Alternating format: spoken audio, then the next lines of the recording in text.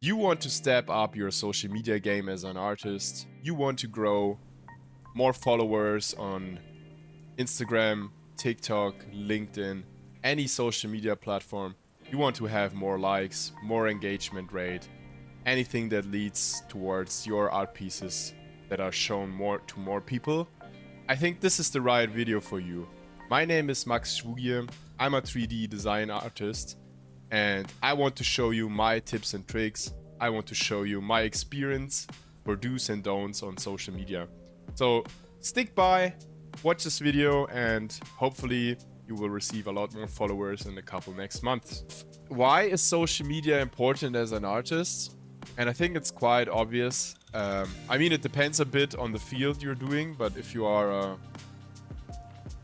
a more classical artist doing paintings and stuff like that, I think you want to sell paintings, and the more people see your art, the more the chances are higher that some of those people might buy your things.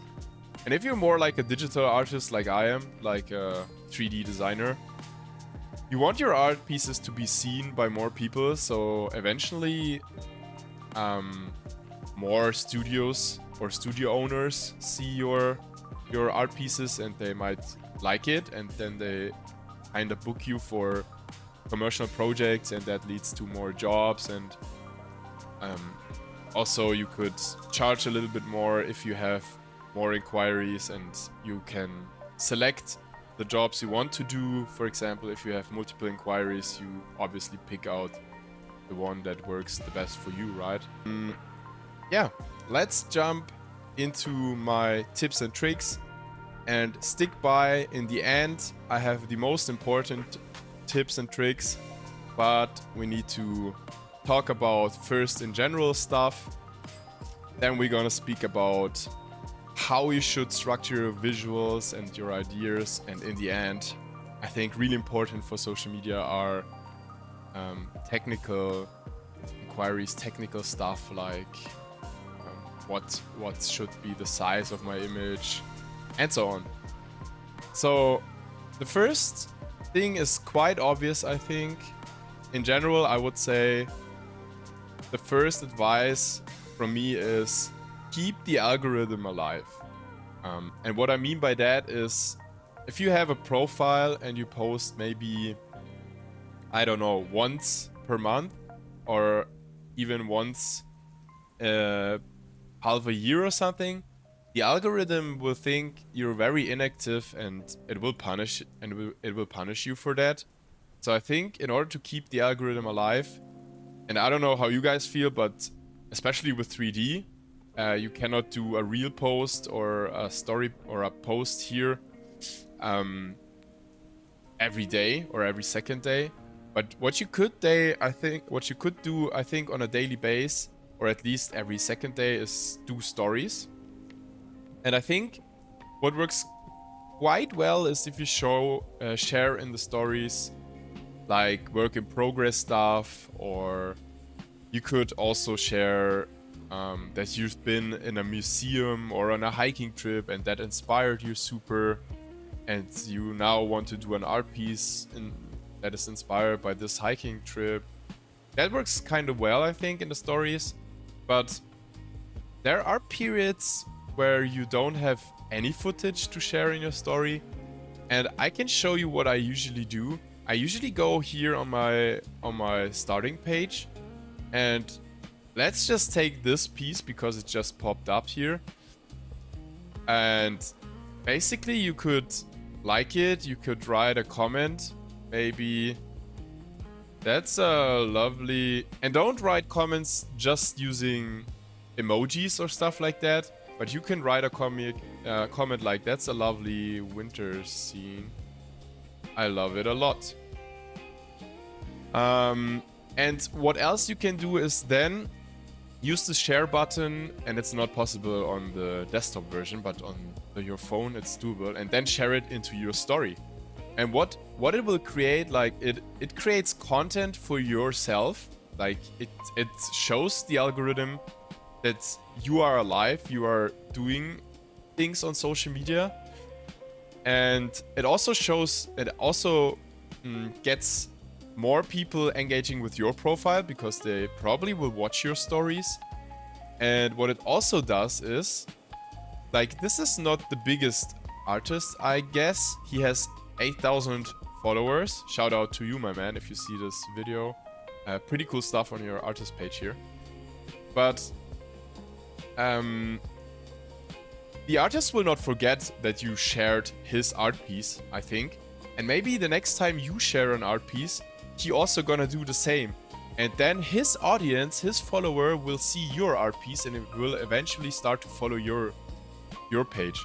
So I think sharing is a very underrated thing on the social media game, because almost nobody does it, but you benefit from it so much if you share artworks from other people, and they also benefit from it. So I think in general we need a little bit more love on this social media page, and I think we should push each other more. So yeah, in order to keep the algorithm alive, make sure you like stuff, you comment stuff, and the most important thing is share other art pieces into your story whenever you don't have content you want to share in the story anyways, like work in progress, in spiral stuff, or it could be also something, hey, I learned along the way while creating an art piece that this and that works well, this doesn't work well, I learned a new technique, whatever. Just a short video that shows the algorithm that you're alive. And another cool trick in order to keep the algorithm alive is, like, when you know you are about to post something in the next couple of days. Let's say it's Monday and on Wednesday you know you want to post your next reel or your next social media post. Try to be very active 1 or 2 days before you post. Like, maybe if you share 1 piece per day or something, let's be super active and share maybe 3 to 5 pieces into your story. Try to comment a lot and so on. That will keep the algorithm alive, and also those artists, I promise to you, and probably you do it the same way, whenever you get a comment or someone shares your artwork into their story, you're gonna click on their profile, you're gonna watch their profile, you're curious, why did he do that, why is he so kind, and you don't feel guilty, but you feel like you want to give something back to this artist. At least I feel like that, and I think it's a very human response to it, and that will lead also to better insights for your own pieces. I think the next point is, think about the right time to post. So think about your audience, and I think you can also go into your insights, for example, on Instagram. Like, you can see like a couple of stuff, and in general I would recommend you to study this stuff. Because there's a lot of information here you could use actually, and I think this is really, really important here. This kind of stuff, like the active times of your of the people you're kind of working, or your audience, and really study when is your audience the most active along the day, and try to post your stuff maybe half an hour or an hour before the peak. So the Instagram algorithm tries then to push it, and there will be probably the most people online that are willing to engage with your content. So yeah, study this kind of times where your audience is active is really, really important. Whenever you create an art piece, I mean, I don't know if you, that probably doesn't belong to still images, but if you are a video artist or you create animation like I do, don't use those trending sounds. I mean, you could, if you are a bit lazy, you could use those flashy Instagram trending sounds, but I promise you, or at least in my experience, it didn't work out so well, because those trending sounds are made for funny dancing TikTok people, or I don't know, for the regular people who show their face and do funny stuff, and do those weird hooks in the beginning. I think that doesn't apply to artist profiles so well. I mean, there's some executions where you can do it, but we come later to that. I feel like try and reach out to sound designers who create a nice, lovely matching sound to your animations, like SFX and a lovely music design towards it. That really helps. And I think it benefits from it. Like let's watch this piece without audio. I think it kind of works, but it's a bit boring and less engaging. I think it's so much better if we have the audio with it.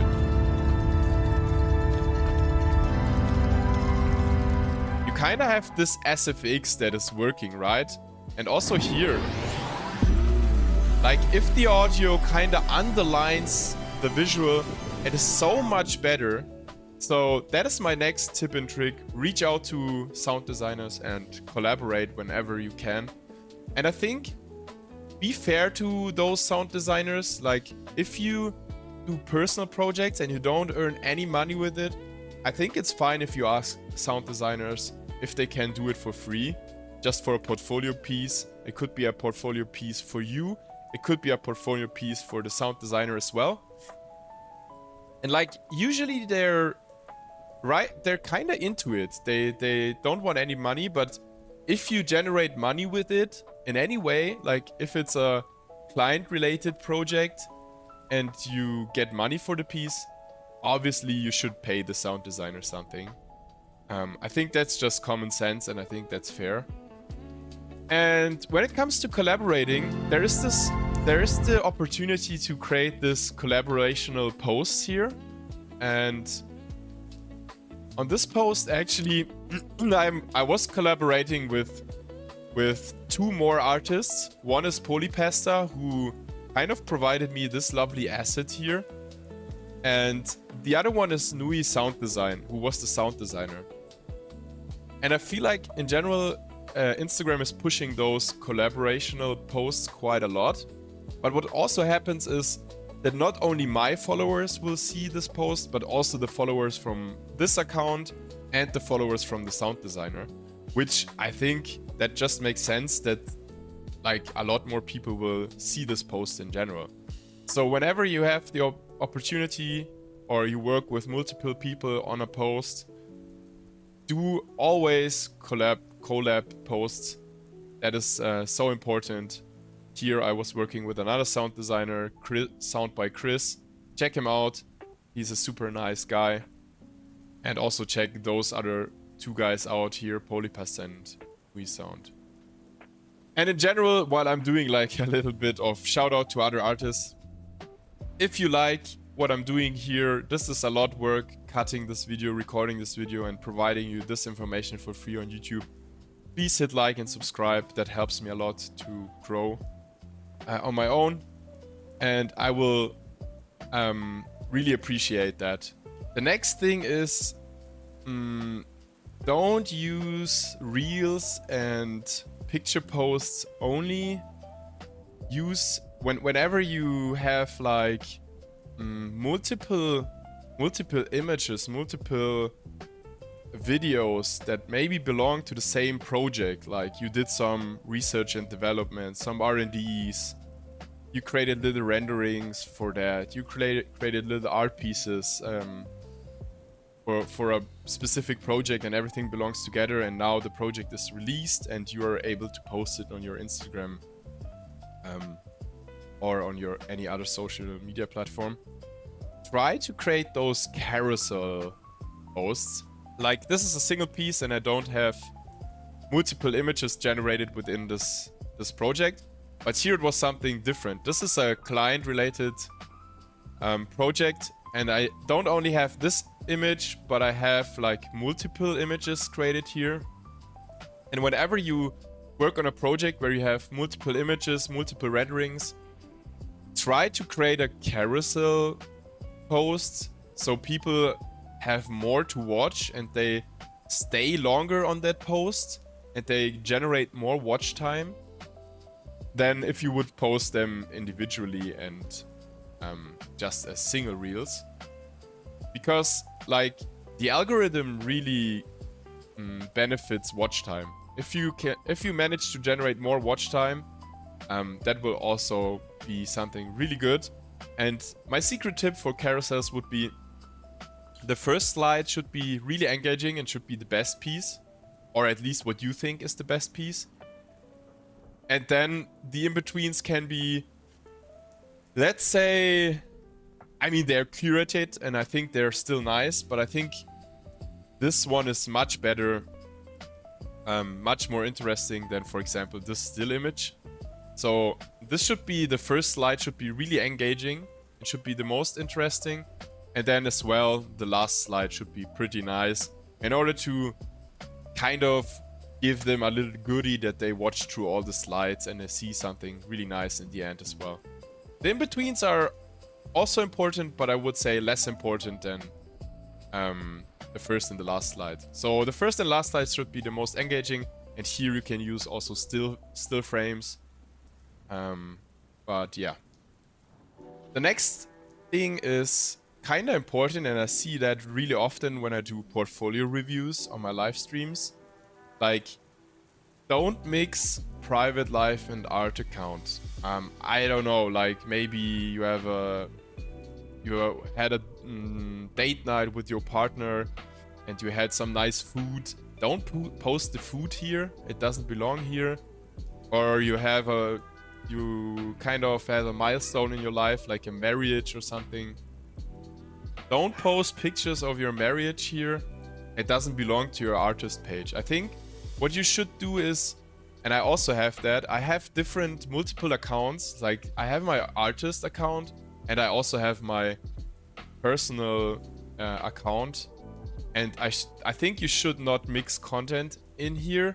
I mean, I do have it here, but that is still a reel that is related to my streaming kind of stuff and my art stuff. So really be careful with mixing your art account with your personal account. And in general, I would say don't do that. Pin your best work to the top of your account. Why should you do that? I think like when people come to your account, the first thing they're gonna see is those first 3 posts, the first bars. And when your best work is pinned up there, it will keep or motivate people to maybe watch more of your reels, more of your posts in general. So they maybe see those first things and they're like, wow, this artist is awesome. What else can he do? I think you should also decide, what do I want to do in my future profession as an artist? And for example, like in those kind of 3D and VFX industry I'm part of, I really enjoy doing simulations with Houdini. That's why I kept like simulation related posts, like this flip fluid simulation or this vellum simulation here on top. Because like, imagine a studio owner or a producer from a studio goes onto your profile and they see this as a first impression. They immediately get an idea of what you love to do and what you usually do on a daily basis. Like if you are an interior designer, obviously there should be interiors up here. If you are an illustrator, there should be illustrations. If you are a 3D generalist and you do a lot of stuff, I would say pin the stuff you like the most or you enjoy the most, and also pin the most that are most successful in your opinion regarding the view numbers. So yeah, for me it's simulations, so I have simulational stuff here. So the next point is super important. Don't buy follower, don't use any social media growth service. I gotta confess, I did this in the beginning of this account as well. Like when I had 0 followers and I just started this account, I thought I was super stupid. I had no idea about social media and I didn't know how social media works. So I kind of bought 1,000 followers in the beginning, and it took me, I think, over 1 year to fix it. Because think about it like that. you buy 1,000 Instagram followers that are super inactive and that don't engage with your content, and then you post like a new reel or an art piece you really like, and the algorithm pushes your new art piece to those fake followers, and those fake followers are not engaging with your stuff at all. So the algorithm thinks your art piece might be boring or might be not good, and that's why it will not be shown to other people as well. Because usually, like, how those algorithms work is they have a test audience, like let's say the first 500 viewers. They show your art piece, and if they don't engage and if they don't like or comment or do whatever, or have a nice long screen time on it and watch it maybe multiple times, the algorithm will stop to push your art piece. And with those fake followers, that's exactly what's gonna happen, right? They will not engage, they will not like, they will not do anything with your art pieces. So I think that's some wasted money here. And also what I recognized from my experience when I bought those 1,000 followers, like, I actually, the first year with this account, I almost had no growth at all.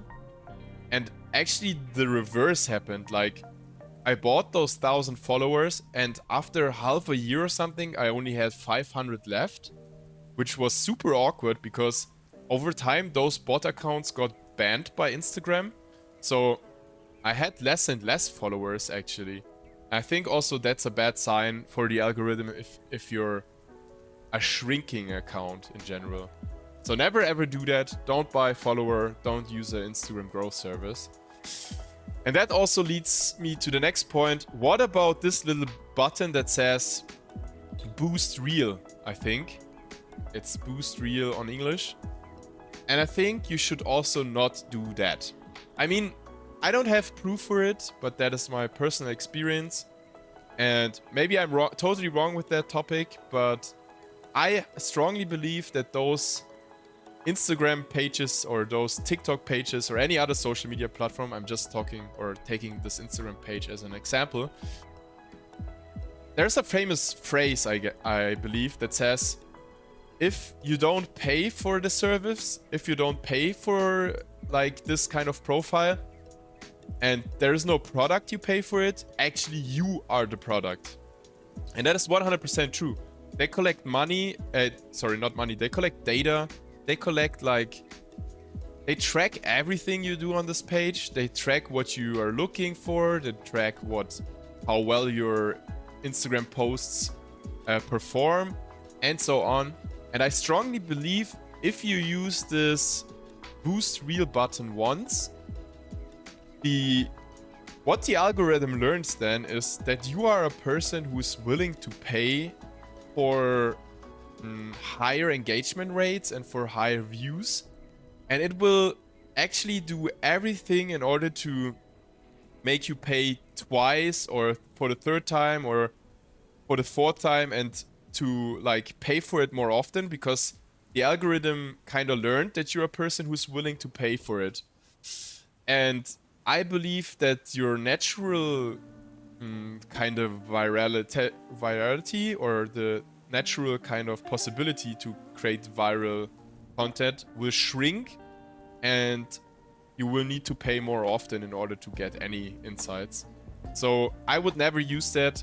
Maybe I'm wrong on that. That's just my personal opinion. That was something in general, like the general kind of advice I have. And now I would go into visuals and ideas whenever you create an art piece. And that probably will differ a bit depending on what kind of artist you are. I can just speak for myself as a 3D artist, and I can tell you what worked pretty well for me in order to get more viral, get more views. So let's jump right into visuals and ideas. So first of all, if you really want to go viral and do it the other way around, you could, but personally I never thought about my art piece and how could I make it more viral. I always thought like, art should be something personal and expressing yourself, and you only use social media as a tool in order to show people your deeper personality or your ideas or what drives you on a deeper level. But you could do a few things in order to still maintain your style and the message, but make it a little bit more social media ready. So first of all, I would say do some research on the art you personally do. If you look up for some reels or so on the phone, what you usually get is like you get snappy hooks. Like in the hook it says something like, "This took me 3 weeks to create," or "I am the artist, this is my art," or whatever. Something snappy. "You don't believe what happened next," or something like that, in order to hook you to the reel, and then you watch it longer. And it's totally fine if you want to approach it like that and you want to work work it backwards. But I think art can also like do pretty well on social media just like that, for the sake of being art. Like those kind of stuff, like before and after, the artist and the art, and so on. This kind of focus more on people who are not so much in the art field and are not around your profile because they are artists themselves and they are into the art, but they are more here for the wow effect. I think the next point is pretty interesting, but it's very specific for a 3D artist, and try to create something that looks technical, realistic. So, for example, all those shaders look realistic, the lighting looks realistic, this materials, and also the liquid gold. I think this could be some cave or something. It could be a realistic scene, but give it a surreal plot twist. And what I mean by that is, the surreal plot twist is actually, why the fuck is gold flowing in a cave at first, and this kind of gold stuff is flowing upwards and this is downwards. It's kind of something surreal that you cannot just use your phone and film it on your own, you know? You give the impression of it being filmed, but give it a surreal plot twist. Also this, right? This is a kind of a pillow that's never been... You would never see something like that in the real life world, right? You could not film it, but in terms of lighting and in terms of the textures and so on, try to achieve something very realistic. I mean, probably if you are an artist yourself, you can immediately say, okay, this is a rendering.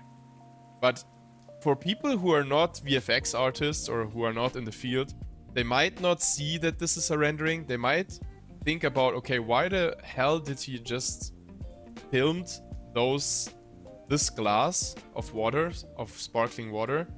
It doesn't make sense for them, right? So they will not engage for long with it because it doesn't make sense for them. So what you could do if renderings are just realistic like this and there's no surreal plot twist to them, you could create maybe a carousel with sliders where you show that it's actually a rendering, or you could do a little making of video, or you show how you created it, and then there comes this wow effect for people. Wow, this is not only a realistic rendering, but it's also created within 3D. So yeah. And actually we're coming to the last thing, and those last things are, in my opinion, also super important, and that is the technical stuff around all those things. So what is the bare minimum size nowadays on Instagram? And I think right away, if you go from Reels to this grid, you immediately see that the size of this kind of stuff changes. If you take a look at this piece, for example, it kind of changes. And I think back in the days when I started on social media, the format was 1x1, so it was just a square kind of stuff.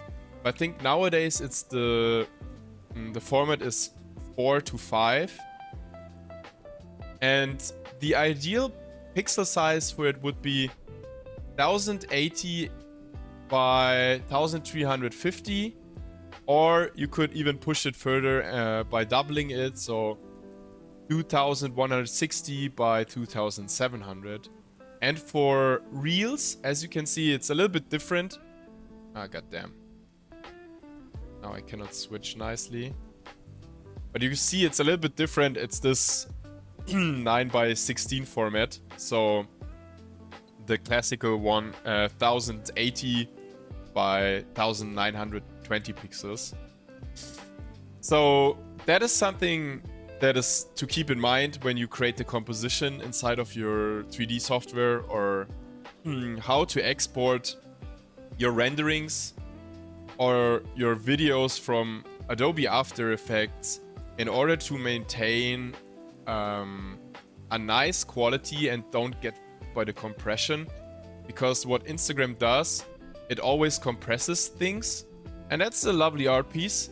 So what I usually do, I click on export here and I send it to the media encoder. And here in the media encoder, we have quite a few settings to cover and speak about, because I think not a lot of people are aware of what they should select inside the media encoder in order to fight against the compression. So inside here, we have this kind of stuff, and usually you want to go with H.264, which is the regular encoding for MP4. And then you go inside here, and inside here, obviously, if you have a nice audio design, you want to keep audio. Then you want to toggle this on, rendering with maximum depth, I think on English, and then maximum render quality.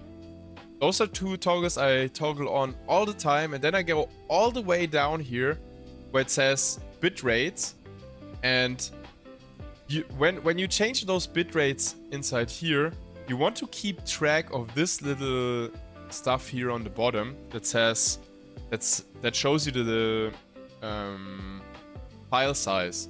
And I would say for a sequence around 5 to 15 seconds, you want to increase it up until you are around the sweet spot of 70 megabytes. And then I just make nice numbers. So 71 megabytes work quite well for me. I experience if you're lower, below 60, I think 60 is the mark.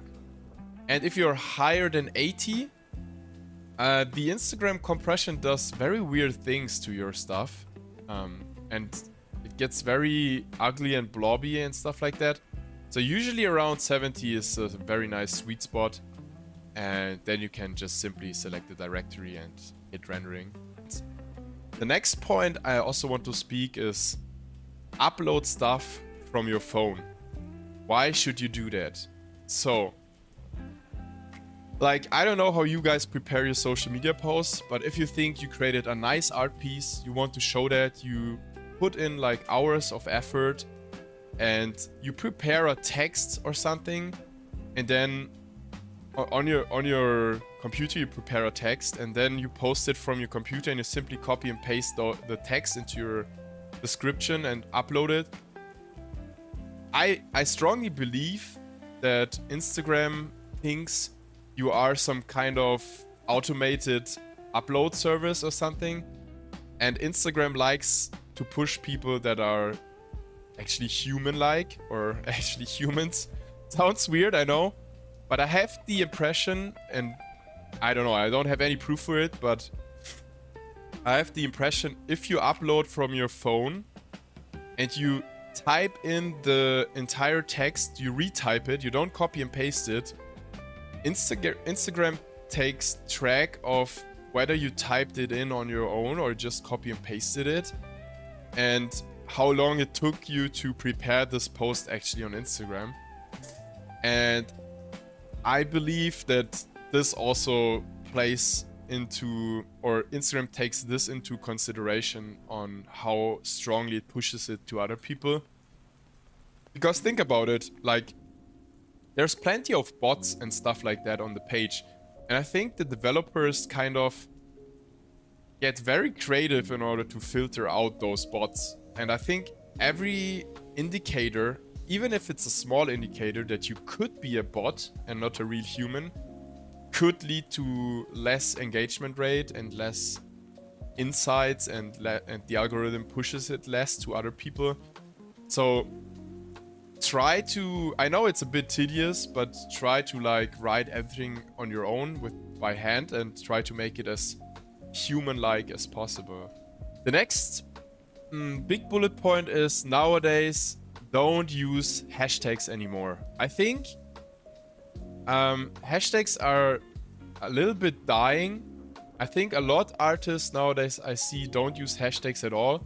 And I'm not sure how this algorithm works 100% because we cannot see it. It's something like Instagram keeps it secret. But I have the strong belief that this first beginning audience, like those very first, let's say 500 people that are the test audience to see how well your Instagram reel or how well your content performs, they get split by the hashtags. And if you use a lot hashtags, those audiences get splitted a lot. And because people don't use those hashtags anymore, since there are reels and you can doom scroll anyways, it is unnecessary. And I think if you don't use those hashtags, the first target audience is like all your followers and maybe the doom scrolling people on the reels itself. And I think this works much, much better than using hashtags.